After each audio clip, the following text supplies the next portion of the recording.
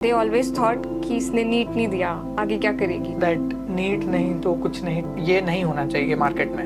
मेरे दिमाग में और मेरे आसपास के फ्रेंड्स के दिमाग में भी ये था कि सिर्फ आईआईटी जैम से ही आपको आईआईटी मिलेगा, पर ऐसा नहीं है। प्रिपरेशन साथ में ही करी, मेरा फर्स्ट अटेम्प्ट में ही तीनों एग्जाम्स क्वालिफाइड हैं। प्रेमियर इंस्टीट्यूट में इंटीग्रेटेड पीएचडी का ऑप्शन मिल रहा है कि वो आईआईटी जैम से या किसी भी एमएससी एंट्रेंस की एग्जाम से 10 times tougher. What is the success mantra? What is the secret recipe? Exams हम दे रहे हैं, ऐसा है कि आपको एमएससी के साथ ही फेलोशिप मिलने लग जाती है। मतलब you become a kind of a earning person.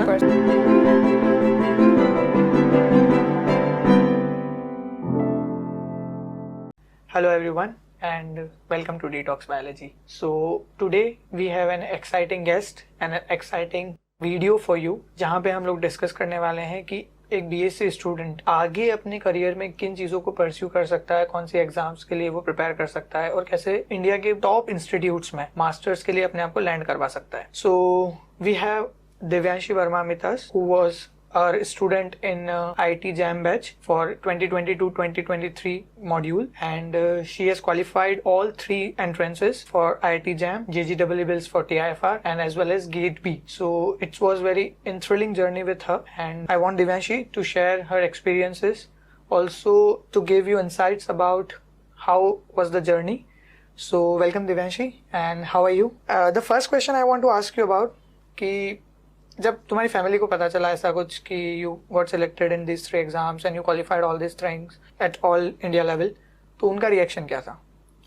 Thank you sir, first of all, for inviting me here, and I'm good, and my family now feels they are really happy and they wanted to share this happiness with you too. They'll soon be coming with sweets and everything. Yeah, definitely. They always thought कि इसने NEET नहीं दिया, आगे क्या करेगी, biology तो ले लिया, बट अब मेरे पास अश्योरिटी है कि I am pursuing MSc from NIT Rourkela, and also मेरे पीएचडी के भी आगे प्रीमियर इंस्टीट्यूट से ही प्लान्स हैं, और ये सब पॉसिबल हुआ ये 3 एग्जाम्स के बेसिस पे। Getting it. Okay, so we will be talking on this that NEET नहीं तो कुछ नहीं टाइप का कुछ, हम थोड़ी देर बाद इस पे भी आएंगे। Great, so I just because you have experienced all 3 exams, could you please differentiate in a very brief manner कि क्या 3 एग्जाम्स हैं, कैसे वो एक दूसरे से अलग है? 3 exams which I have attempted JEE bills, जिससे हमें TIFR या आइजर इंस्टीट्यूट्स मिलते हैं जहाँ पे इंटीग्रेटेड पीएचडी का ऑप्शंस होते हैं। इसका लेवल फैक्चुअल नहीं है, वो कंसेप्चुअल लेवल पे क्वेश्चंस पूछते हैं। सेकंड है IIT जैम, जिससे फैक्चुअल और कंसेप्चुअल और साथ में mathematics, it is very important. IIT jam में मैथमेटिक्स और फिजिक्स का लेवल काफ़ी अच्छा होता है। इससे IITs और NITs भी मिलते हैं। And third is GATE B. GATE B से हमें सेंट्रल यूनिवर्सिटीज़ और साथ में IITs के भी ऑप्शंस खुलते हैं। Okay, I think IISc is also with IIT JAM, right? Yeah. Right. So IISc is one of the premier institute as well. Getting it. So then I will continue my question on the differences only. Are there any myths related to these exams which you have faced or which you encounter during your preparation कि यार इस तरह के exam का preparation क्या करना है, या ये बहुत टफ एग्जाम है, या इसमें स्कोप कम है, या कुछ भी myths जो तुमको लगता है कि यार ये नहीं होना चाहिए मार्केट में? मेरे दिमाग में और मेरे आसपास के फ्रेंड्स के दिमाग में भी ये था कि सिर्फ आईआईटी जैम से ही आपको आईआईटी मिलेगा, पर ऐसा नहीं है। जब मैंने गेट भी अटेम्प्ट किया और जब मैंने यूनिवर्सिटीज़ देखी उसमें कौन कौन सी है, तो मैं शॉक थी। उसमें आईआईटी रुड़की और आईआईटी इंदौर के भी ऑप्शंस थे, जो कि बहुत अच्छे इंस्टीट्यूट्स हैं। MSc biotechnology. Getting it.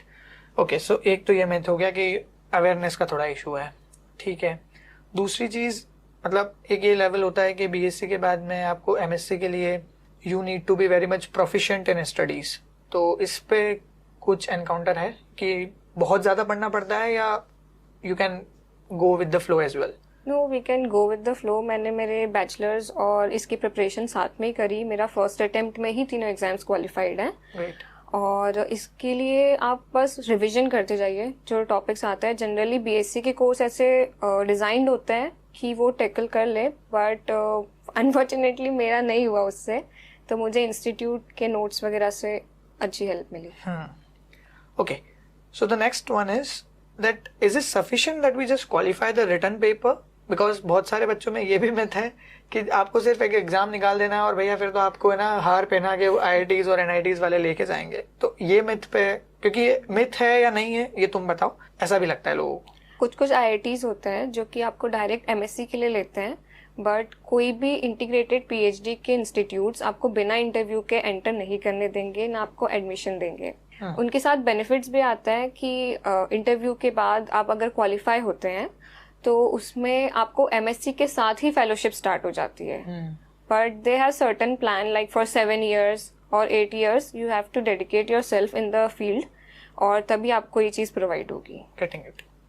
So we'll continue the discussion and the next question will be on the same thing that मतलब ऐसा क्यों होता है कि ज़्यादातर लोग ऐसा समझते हैं कि integrated PhD is not good, or what do you feel like that it is a good option to go for, or just MSc is better when you crack those premier institute doors? मुझे ऐसा लगता है अगर आपको किसी premier institute में integrated PhD का option मिल रहा है तो वो बेस्ट है, क्योंकि आपका एक सर्टेन प्लान है कि आप 7 years में कंप्लीट या 8 years में कंप्लीट कर लोगे। अगर मैं MSc के बाद कोई PhD एंट्रेंस भी देती हूँ तो वहाँ पे मुझे नहीं पता कि मेरे गाइड मुझे या मेरी रिसर्च मुझे कब तक नहीं छोड़ेगी। मतलब people do PhD for years, तो मैं नहीं चाहती कि मेरी रिसर्च कभी भी इतनी लंबी खींचे। तो ये एक अच्छा ऑप्शन है। ऑल्सो जो PhD एंट्रेंसेज होती है लाइक CSIR NET, उसका पेपर देख के मुझे ऐसा फील होता है कि वो IIT JAM से या किसी भी MSc एंट्रेंस की एग्जाम से 10 times टफर है। Depth and the width of the subject also. और एक और बात कि मैं MSc में जो सिलेबस पढ़ रही हूँ और मैंने उसकी एग्जाम क्वालिफाई करी है, तो उसके बाद मुझे PhD के लिए वापस से वही सिलेबस पूरा पढ़ना पड़ेगा और फिर मैं एग्जाम दे पाऊंगी। तो save our time, that's the best advice. Getting it. So to summarize the question or the answer, we should say that if you are getting better options for the integrated PhD from the premier institutes, you should be applying for it and do not settle for the basic MSc, right? Yeah. Okay, perfect. Let's move on. Then the next question is very interesting one, and this is going to be a very important one for you as well. So what was your preparation strategy to go for during your colleges as well, because college were also going on, so you had to manage both the things. So how you manage things, and definitely you cracked all 3 exams in the first attempt. So what is the success mantra, what is the secret recipe to it? मैं सबसे पहले मेरे mistakes point out करना चाहूँगी जो मैंने करी। मैं स्टार्टिंग में ना रेफरेंस के पीछे भागने लग गई थी कि इधर से पढ़ लेते हैं उधर से पढ़ लेते हैं, पर मेरे पास डायरेक्शन ही नहीं था कि मुझे कितना पढ़ना है, क्या पढ़ना है, एग्जाम में क्या पूछा जाता है। तो बेस्ट एडवाइस है कि आप नोट से प्रिपेयर करो, आप उससे पढ़ो। मेरा फर्स्ट अटेम्प्ट इसलिए शायद निकला क्योंकि मैं एक स्पेसिफिक डायरेक्शन में थी, एक गाइडेंस में थी। उन्हें पता था, मुझे गाइड करने के लिए टीचर्स थे कि मैं किधर जाऊं, मुझे कितना पढ़ना है, किस एग्जाम पे क्या अप्रोच लगानी है। जैसे TIFR की बात करूं तो मैं फैक्चुअल कंटेंट पढ़ के TIFR नहीं निकाल सकती। Getting it. गेट बी में मैं मैथ्स फिजिक्स का कोई काम नहीं है, बहुत सिंपल लेवल का आता है और वहाँ पे फैक्ट्स ही पूछे जाते हैं। मुझे ऐसा फील हुआ कि वो एग्जाम सबसे इजी थी क्योंकि मेरी मेमोरी पावर ज़्यादा है इन तीनों में, तो मुझे वो इजी लगी।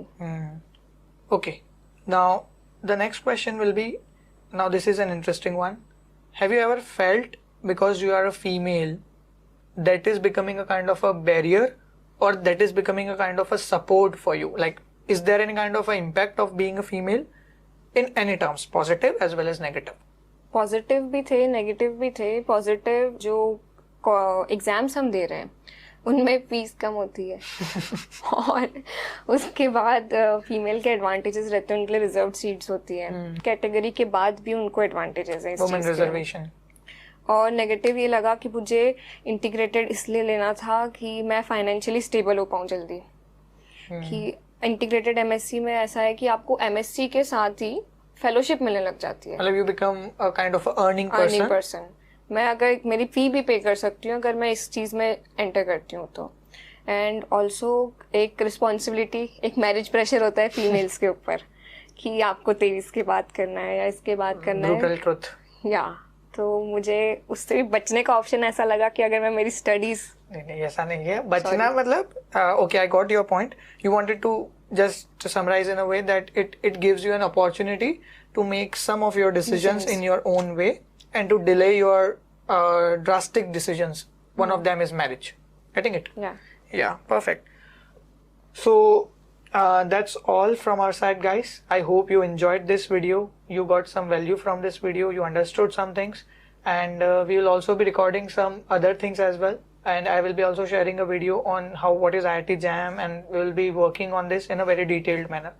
So thank you for being with us, guys, and stay tuned for the next videos. Thank you. Thank you.